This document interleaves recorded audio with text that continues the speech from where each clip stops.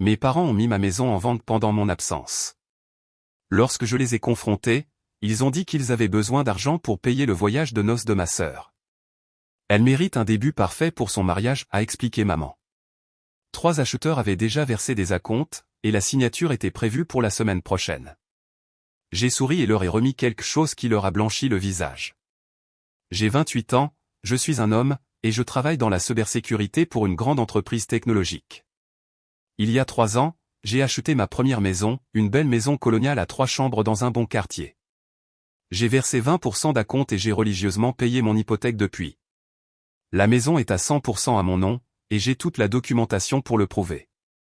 Mes parents, papa, 55 ans, et maman, 52 ans, ont toujours eu des favoris avec ma sœur cadette, Emma, 24 ans, femme.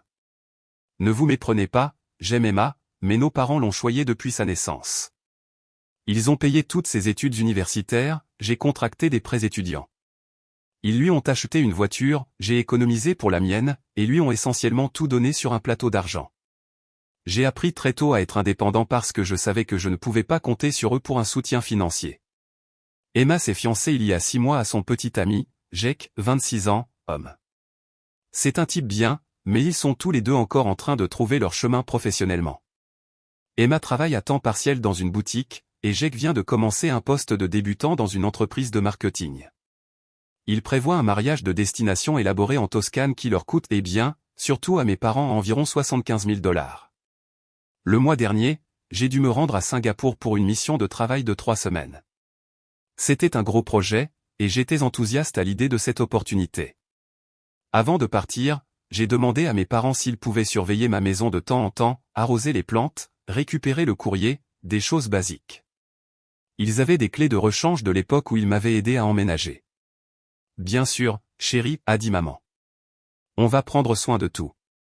J'aurais dû me douter que quelque chose n'allait pas quand papa a semblé anormalement intéressé par mes dates de voyage et a continué à demander si d'autres personnes avaient des clés de la maison. Je suis rentré chez moi mercredi soir dernier, épuisé par le long vol. En tournant dans ma rue, j'ai remarqué quelque chose qui m'a glacé le sang, il y avait une grande pancarte à vendre plantée juste dans ma cour avant, avec les coordonnées d'un agent immobilier et une bannière sous contrat. Je suis resté assis dans ma voiture pendant 5 minutes, pensant que j'hallucinais à cause du décalage horaire, mais non, c'était bien là ma maison, apparemment vendue pendant que j'étais à l'autre bout du monde. Je me suis précipité à l'intérieur et j'ai immédiatement appelé le numéro sur la pancarte. L'agent, Karen Stevens, a répondu au 2e coup de fil. Bonjour, j'appelle au sujet de la maison au 1247 Oak Street, ai-je dit, essayant de garder ma voix calme. Oh, merveilleux. Oui, c'est l'une de nos propriétés les plus prisées. Nous avons en fait plusieurs offres, et la signature est prévue pour mardi prochain. Êtes-vous intéressé à faire une offre? Je dois vous prévenir, nous sommes déjà bien au-dessus du prix demandé. Quand cette maison a-t-elle été mise en vente, ai-je demandé. Il y a environ 2 semaines, a-t-elle répondu. Les vendeurs étaient très motivés, ils ont besoin d'une vente rapide pour une urgence familiale. Belle propriété cependant, de belles fondations, bien entretenues. Les vendeurs ont vraiment pris soin de l'endroit. J'ai raccroché et j'ai immédiatement conduit chez mes parents. Je les ai trouvés dans leur salon en train de regarder ce qui semblait être des brochures de voyage. Emma était là aussi, leur montrant des photos sur son téléphone. Ces villas sont absolument magnifiques, disait Emma. Et celle avec la piscine à débordement ne coûte que 500 $ de plus par nuit. Elle s'est arrêtée quand elle m'a vu debout dans l'embrasure de la porte. Surprise, a dit maman, sautant avec un enthousiasme fin. Tu es de retour tôt. Comment était Singapour? J'ai pu voir la panique traverser son visage pendant un instant avant qu'elle ne se reprenne. Papa a été plus lent à réagir, et je l'ai surpris en train de fourrer précipitamment des papiers sous un coussin de canapé. Arrêtez le jeu, maman. Pourquoi y a-t-il une pancarte, à vendre, dans ma cour? La pièce est devenue silencieuse. Papa s'est éclairci la gorge et a regardé maman, qui s'est soudainement beaucoup intéressée aux brochures de voyage. Le visage d'Emma était devenu pâle, et elle regardait nos parents avec confusion. On peut expliquer, a finalement dit papa, sa voix manquant de sa confiance habituelle. J'écoute. J'ai croisé les bras et je suis resté debout dans l'embrasure de la porte, bloquant leur sortie. Je voulais qu'ils se sentent pris au piège, comme je l'avais ressenti lorsque j'avais vu cette pancarte. Maman a pris une profonde inspiration et s'est lancée dans ce qui était clairement un discours appris par cœur. Chérie, on sait que ça peut sembler choquant, mais on a dû prendre une décision difficile pendant ton absence. Le mariage d'Emma est le mois prochain, et on a eu des dépenses imprévues. Qu'est-ce que ça a à voir avec ma maison? J'ai senti ma voix monter, mais je m'en fichais. La lune de miel, a dit Emma doucement, comprenant enfin ce qui se passait. Jake et moi avons trouvé cette villa incroyable en Toscane pour après le mariage, mais c'est beaucoup plus cher que ce que nous avions initialement prévu. Nous devrions annuler si nous ne pouvons pas trouver l'argent. Je les ai regardés avec incrédulité. La façon décontractée dont ils en discutaient, comme si vendre la maison de quelqu'un d'autre était une solution normale à un manque de budget, m'a fait bouillir le sang. Donc, vous avez décidé de vendre ma maison. Chaque mot est sorti soigneusement contrôlé, mais je pouvais sentir la rage monter derrière eux. Tu parles toujours de vouloir voyager plus, peut-être déménager dans une autre ville, a dit maman, sa voix devenant sur la défensive. Et tu pourrais utiliser l'argent pour rembourser tes prêts étudiants. C'est vraiment une situation gagnant-gagnant. C'est là que j'ai pété un câble. Une situation gagnant-gagnant? Êtes-vous fou? C'est ma maison, mon hypothèque, mon investissement. Je criais maintenant, 3 ans de frustration refoulée qui jaillissaient. J'ai travaillé 60 heures par semaine pendant 3 ans pour me payer cette maison. J'ai sacrifié des vacances, des dîners au restaurant, des vêtements neufs, tout pour faire ces paiements d'hypothèque. Emma s'est recroquevillée sur le canapé, les larmes commençant à se former dans ses yeux. Elle ne m'avait jamais entendu élever la voix comme ça auparavant. Papa s'est levé, essayant d'affirmer une certaine autorité paternelle. Maintenant, fils, calme-toi. On a déjà 3 acheteurs sérieux qui ont versé des arts. La signature est prévue pour mardi. Tu repartiras avec près de 150 000 $ après avoir remboursé l'hypothèque. Je ne veux rien. Je veux vivre dans ma maison que j'ai achetée avec mon argent, je marchais maintenant, l'adrénaline me rendant incapable de rester immobile. Et comment avez-vous réussi à mettre ma maison, qui est à mon nom, en vente, ai-je exigé, même si je commençais à soupçonner la réponse. Maman et papa ont échangé un autre regard, le genre de communication silencieuse que les couples mariés depuis longtemps développent lorsqu'ils sont sur le point de mentir à leurs enfants. Eh bien, a dit maman prudemment, tu te souviens quand tu achetais la maison et que les papiers étaient si compliqués? On t'a aidé avec certains documents. La réalisation m'a frappé comme un camion.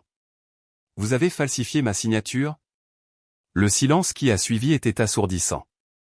Emma a haleté audiblement. Le visage de papa était devenu rouge, et maman se tordait les mains nerveusement. On préfère considérer ça comme une gestion de tes affaires pendant ton absence, a dit papa, sa voix faible et peu convaincante. Emma mérite un début parfait pour son mariage. Elle planifie ce mariage depuis des mois, et cette lune de miel fait partie de son rêve. Je me suis retourné pour le regarder directement. Emma mérite un début parfait pour son mariage? Et moi, qu'est-ce que je mérite? Qu'en est-il de mes rêves? Qu'en est-il de mon droit de posséder une propriété sans craindre que mes propres parents ne me la volent? On ne volait pas, a faiblement protesté maman. On allait te donner l'argent après avoir pris ta part pour payer les vacances d'Emma. Je l'ai interrompu. Combien aviez-vous prévu de prendre? Combien de mon argent aviez-vous prévu de dépenser pour la lune de miel de ma sœur? Les regards coupables sur leur visage m'ont tout dit. Emma a finalement pris la parole, sa voix à peine au-dessus d'un murmure. Je ne savais pas qu'ils allaient vendre ta maison.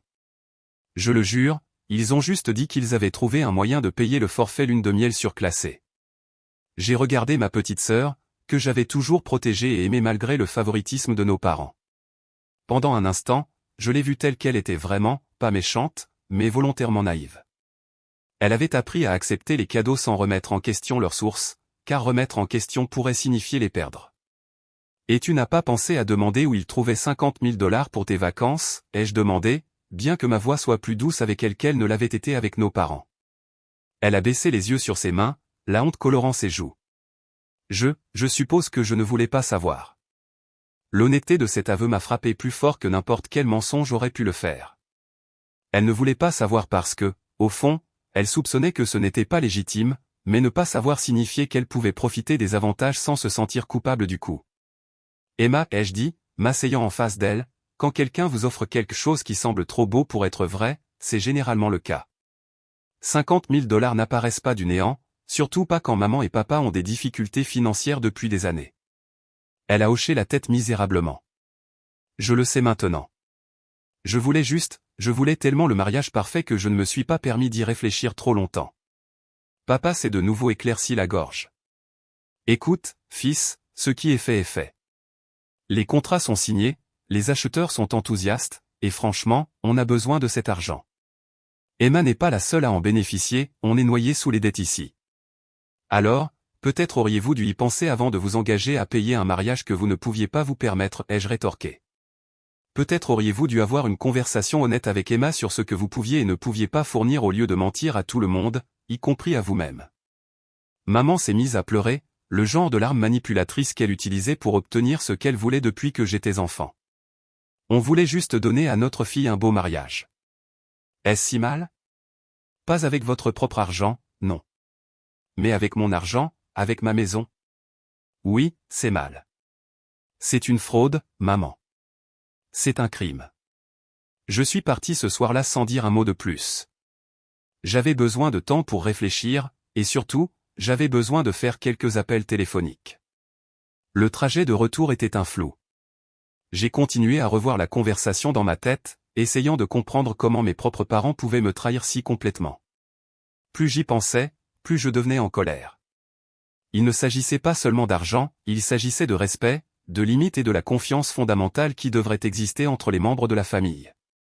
Quand je suis rentré chez moi, je me suis versé un grand verre de whisky et je me suis assis dans ma cuisine, regardant la pancarte à vendre qui me narguait toujours depuis ma cour avant.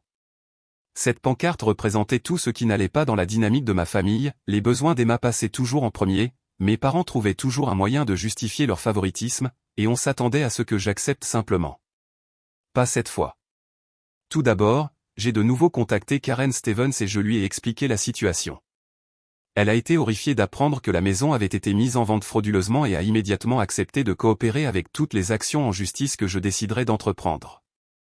En 30 ans d'immobilier, m'a-t-elle dit, je n'ai jamais rien vu de tel.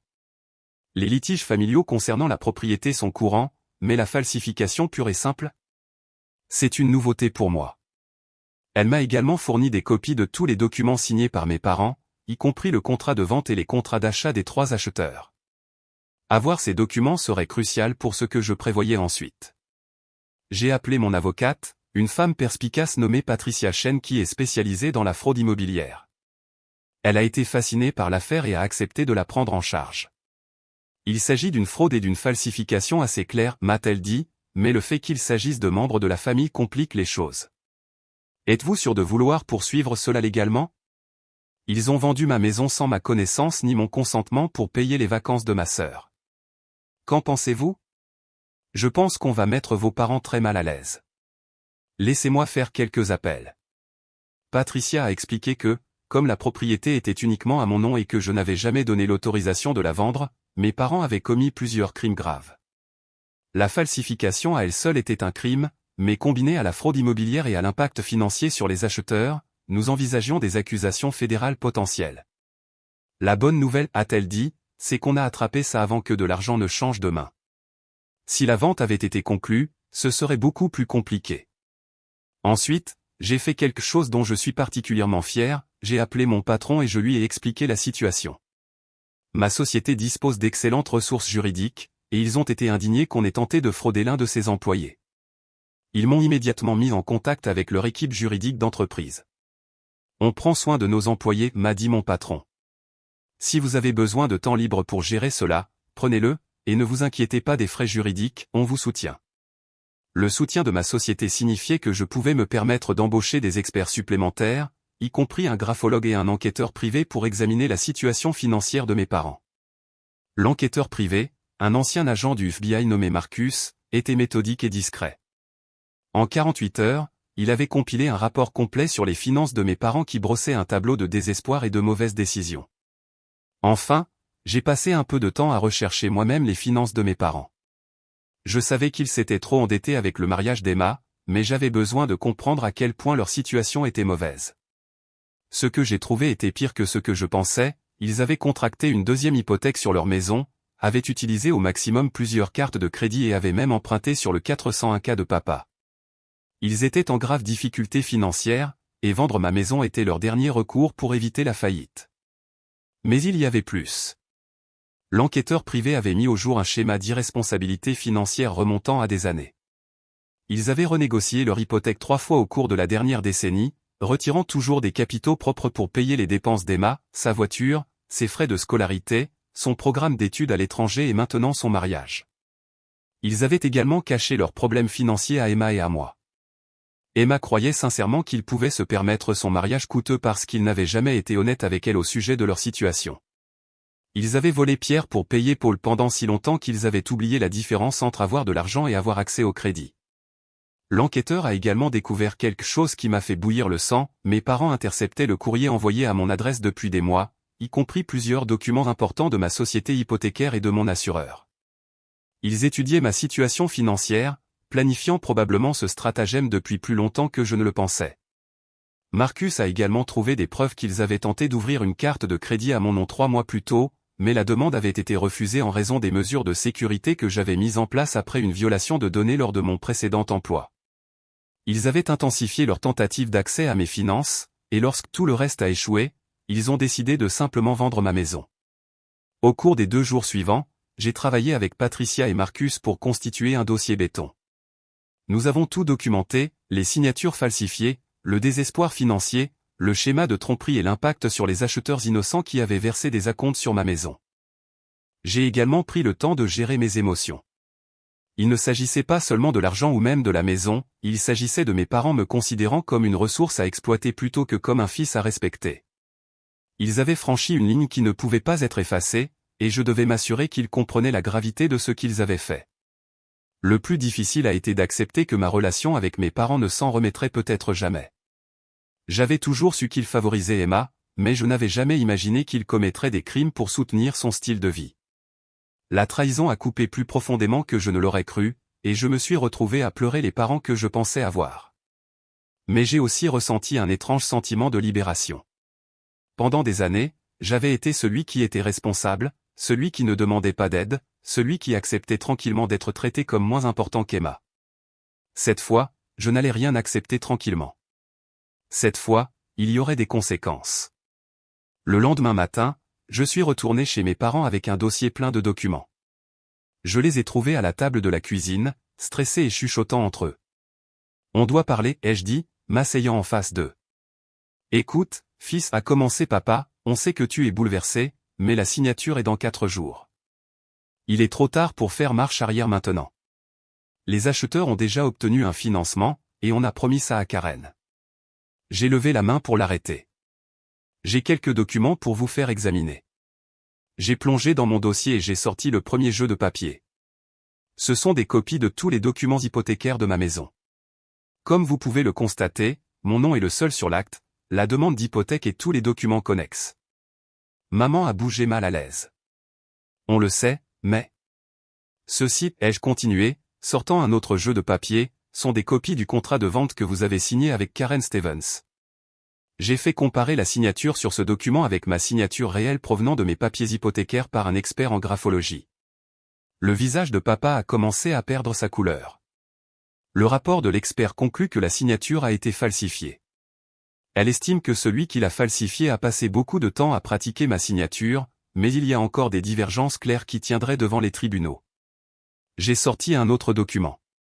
Ceci est une ordonnance de cessation et d'abstention de mon avocate exigeant que vous cessiez immédiatement la vente de ma propriété et que vous contactiez tous les acheteurs potentiels pour les informer que la vente est frauduleuse. Emma était apparue dans l'embrasure de la porte et écoutait les yeux grands ouverts. Et ceci, ai-je dit, produisant le prochain jeu de papier, est une plainte pénale que j'ai déposée auprès du bureau du procureur du district pour fraude immobilière, falsification et vol d'identité. Maman a halté. Tu portes plainte contre nous ? Je vous donne le choix, ai-je dit calmement. Vous pouvez annuler volontairement la vente, rendre toutes les arts aux acheteurs et présenter publiquement des excuses pour la fraude, ou vous pouvez expliquer à un juge pourquoi vous pensiez qu'il était acceptable de voler la maison de votre fils. Papa a claqué sa main sur la table. C'est ridicule. On est tes parents, on ne te volerait pas. Je souris, ce sourire froid que je réservais habituellement aux pirates informatiques qui pensaient pouvoir me surpasser au travail. Alors, comment appellerez-vous la vente du bien d'autrui sans sa connaissance ni son consentement ? La pièce se tut, à l'exception des sanglots de maman. Mais le voyage de noces d'Emma. murmura-t-elle. On lui a déjà promis. Ce n'est pas mon problème. Vous avez fait une promesse que vous ne pouviez pas tenir, en utilisant de l'argent que vous n'aviez pas en vendant quelque chose qui ne vous appartenait pas. Les actions ont des conséquences. Je sortis un dernier document. Et voici le meilleur. Emma s'approcha. Qu'est-ce que c'est? C'est une vérification complète des antécédents financiers de maman et papa. Il s'avère que la tentative de vendre ma maison n'est pas leur seul crime financier. Je regardais directement mes parents. Saviez-vous qu'il est illégal de mentir sur une demande de prêt hypothécaire? Car lorsque vous avez contracté ce deuxième prêt hypothécaire il y a 6 mois, vous avez déclaré que le revenu de votre ménage était de 20 000 $ supérieur à ce qu'il est réellement. Le visage de papa devint complètement blanc. Vous n'avez pas non plus divulgué le prêt que vous avez contracté sur votre 4 cents 1K, ce qui est une information obligatoire lors d'une demande de prêt hypothécaire. C'est une fraude hypothécaire, ce qui est un crime fédéral. Maman était maintenant en hyperventilation. On ne savait pas. On pensait. Et voici la partie vraiment intéressante, continuai-je. J'ai fait quelques recherches sur vos finances, et il semble que vous ayez utilisé l'identité d'Emma pour ouvrir des cartes de crédit aux 3 en fait avec un solde combiné d'environ 15 000 $. La bouche d'Emma s'ouvrit. Quoi? Je lui remis des copies des relevés de cartes de crédit. Vérifiez les signatures. Elle vous semble familière? Elle parcourut les pages, son visage devenant plus pâle à chaque page. Ces signatures ne sont certainement pas les miennes. Mais ils ont utilisé votre numéro de sécurité sociale, votre date de naissance. Vol d'identité, dis-je. Un autre crime fédéral. La pièce était silencieuse. Papa s'était affaissé sur sa chaise et fixait la table. Maman pleurait de plus belle. Emma restait immobile, tenant les relevés de cartes de crédit. Voici ce qui va se passer, dis-je en me levant. Vous allez appeler Karen Stevens tout de suite et lui dire que la vente est annulée pour cause de fraude. Vous allez rendre chaque centime d'acompte à ses acheteurs. Vous allez payer tous les frais qu'ils ont engagés à cause de votre fraude ou inspection, frais de financement, etc. On n'a pas ce genre d'argent, murmura papa. Alors vous allez trouver une solution. Vendez votre voiture, réduisez la taille de votre maison, encaissez ce qui reste de votre retraite. Je m'en fiche de la façon dont vous le faites, mais vous allez réparer les choses. Et vous, je regardais Emma, allez devoir revoir vos plans de voyage de noces à la baisse considérablement parce que vos parents ont commis plusieurs crimes en essayant de payer vos vacances. Je ne savais pas, dit-elle, les larmes coulant sur son visage. Je jure que je ne savais rien de tout ça. Je vous crois, mais vous allez quand même devoir gérer les cartes de crédit qu'ils ont ouvertes en votre nom. Je vous suggère de geler votre crédit immédiatement et de déposer un rapport de police. Je me retournai vers mes parents. Vous avez 24 heures pour annuler la vente et commencer à réparer les choses. Si vous ne le faites pas, je remettrai toutes ces preuves à la division des crimes financiers du FBI. Et contrairement à la police locale, les agents fédéraux se fichent que vous soyez mes parents. Je les laissai avec des copies de tous les documents et rentrai chez moi pour attendre. Ce soir-là, Karen Stevens m'a appelé. Vos parents m'ont contacté cet après-midi et ont annulé l'annonce. Ils semblaient très contrariés. Ils coordonnent avec les acheteurs pour renvoyer tous les dépôts et couvrir les coûts supplémentaires. Bien. Je dois vous demander, allez-vous vraiment porter plainte? Cela dépend de leur coopération à l'avenir. Le lendemain, Emma est venue me voir. Elle avait l'air de ne pas avoir dormi. J'ai parlé à Jake, dit-elle. On reporte le voyage de noces. On va faire un long week-end dans un chalet à la montagne à la place. Ça a l'air bien. J'ai également déposé un rapport de police concernant les cartes de crédit et j'ai gelé mon crédit. L'agent a dit que je devrais probablement consulter un avocat. Probablement une bonne idée. Elle s'assit sur mon canapé et se remit à pleurer. Je suis tellement désolé. Je sais que vous pensez que je savais ce qu'il faisait, mais je jure que non. J'ai toujours été tellement concentré sur ce que je voulais que je n'ai jamais remis en question l'origine de l'argent. J'ai soupiré et me suis assise à côté d'elle. Malgré tout, elle était toujours ma petite sœur. Je ne pense pas que tu connaissais l'histoire de la maison, ai-je dit, mais tu devais savoir qu'ils dépensaient bien au-delà de leurs moyens pour ton mariage. Je le savais. Je pensais que c'était leur choix. Je n'ai pas réalisé qu'ils violaient la loi pour le faire. Emma, il pourrait aller en prison pour ça, fraude, faux et usage de faux, vol d'identité. Ce sont des crimes graves. Vas-tu les dénoncer? Je suis restée silencieuse un long moment. Je ne sais pas encore. Cela dépend de ce qu'ils feront ensuite. Au cours de la semaine suivante, mes parents ont travaillé frénétiquement pour réparer les dégâts. Ils ont annulé la vente de la maison et ont rendu tous les dépôts, ils ont payé près de 8 000 $ de frais et de coûts aux acheteurs concernés, ils ont contacté les sociétés de cartes de crédit pour signaler les comptes frauduleux ouverts au nom d'Emma. Ils ont commencé à travailler avec un conseiller financier pour résoudre leurs problèmes de dette, et ils ont accepté de me payer 2 000 $ pour couvrir mes frais juridiques. Le processus n'a pas été facile. Karen Stevens a dû faire des heures supplémentaires pour contacter tous les acheteurs et expliquer la situation. 2 des 3 acheteurs étaient compréhensifs, surtout après que mes parents aient accepté de couvrir leurs frais d'inspection et d'avocat. Le 3e acheteur était furieux et a menacé de poursuivre pour rupture de contrat. Cet acheteur, un jeune couple nommé les Henderson, avait déjà donné un préavis dans leur appartement et avait organisé un déménagement. Ils avaient prévu de conclure l'achat de ma maison le mardi suivant et d'emménager ce week-end-là. Lorsqu'ils ont appris que la vente était frauduleuse, Madame Henderson s'est effondrée en larmes dans le bureau de Karen. Nous cherchons une maison depuis 2 ans, a-t-elle sangloté. Nous avons enfin trouvé l'endroit idéal, et maintenant nous n'avons nulle part où aller. Notre bail est terminé, nos affaires sont emballées, et nous avons déjà inscrit notre fille dans le district scolaire. Mes parents ont dû se démener pour leur trouver un logement temporaire et couvrir leurs frais de déménagement 2 fois ou une fois pour déplacer leurs effets dans un entrepôt et une autre fois lorsqu'ils ont finalement trouvé une autre maison 3 semaines plus tard. Le coût total pour indemniser les Henderson s'est élevé à près de 4 000 $. La conseillère financière avec laquelle mes parents ont commencé à travailler a été brutalement honnête sur leur situation lors de leur première rencontre, à laquelle j'ai assisté à leur demande. Elle a exposé la dure réalité, vous êtes essentiellement en faillite, leur a-t-elle dit. Vous avez une valeur nette négative, aucune épargne, et vous avez une dette qui vous prendrait 15 ans à rembourser à votre niveau de revenu actuel. La valeur nette de votre maison est la seule chose qui vous empêche de la ruine financière complète, a-t-elle expliqué. Si vous n'agissez pas bientôt, vous la perdrez de toute façon par saisie hypothécaire. Maman a pleuré pendant la majeure partie de cette rencontre. Papa est resté assis dans un silence stupéfait tandis que la conseillère expliquait comment leurs décisions financières au cours de la dernière décennie avaient créé une situation intenable. On voulait juste donner à Emma tout ce qu'on n'a jamais eu, a murmuré maman. Je comprends, a répondu la conseillère. Mais vous ne pouvez pas donner de l'argent que vous n'avez pas, et vous ne pouvez certainement pas le voler à votre autre enfant. Plus important encore, ils se sont assis avec Emma et Jake et ont eu une conversation honnête sur leur situation financière.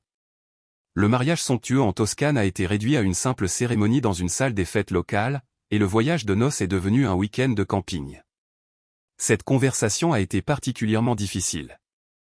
Emma avait toujours cru que nos parents étaient financièrement à l'aise, et apprendre la vérité a anéanti sa perception de la stabilité de notre famille. Tu veux dire qu'on a été pauvre tout ce temps, a-t-elle demandé, sa voix petite et confuse. Pas pauvre, a dit papa prudemment, mais on a vécu au-dessus de nos moyens pendant des années. On a continué à penser qu'on trouverait un moyen de rattraper le retard, mais au lieu de ça, on s'est juste enfoncé plus profondément. Jake, qui était resté silencieux pendant la majeure partie de la conversation, a finalement pris la parole. Pourquoi ne nous l'avez-vous pas dit plus tôt? On aurait pu planifier un mariage plus petit dès le début. On ne voulait pas décevoir Emma, a dit maman. Elle rêvait de ce mariage depuis qu'elle était petite. Je préfère un petit mariage que de savoir que mes parents ont commis des crimes pour le payer, a dit Emma, sa voix plus forte maintenant. Je préfère des parents honnêtes que des fleurs chères. Le processus de planification du mariage est devenu une leçon de réalité pour tous les participants. Emma et Jake ont dû faire des choix difficiles sur ce qui était vraiment important pour eux. Ils ont conservé la cérémonie à l'église mais ont déplacé la réception dans la cour de nos parents, ils ont engagé un DJ au lieu d'un groupe, ils ont demandé à des amis de les aider pour la photographie, et ils ont servi un simple buffet au lieu d'un repas servi à l'assiette.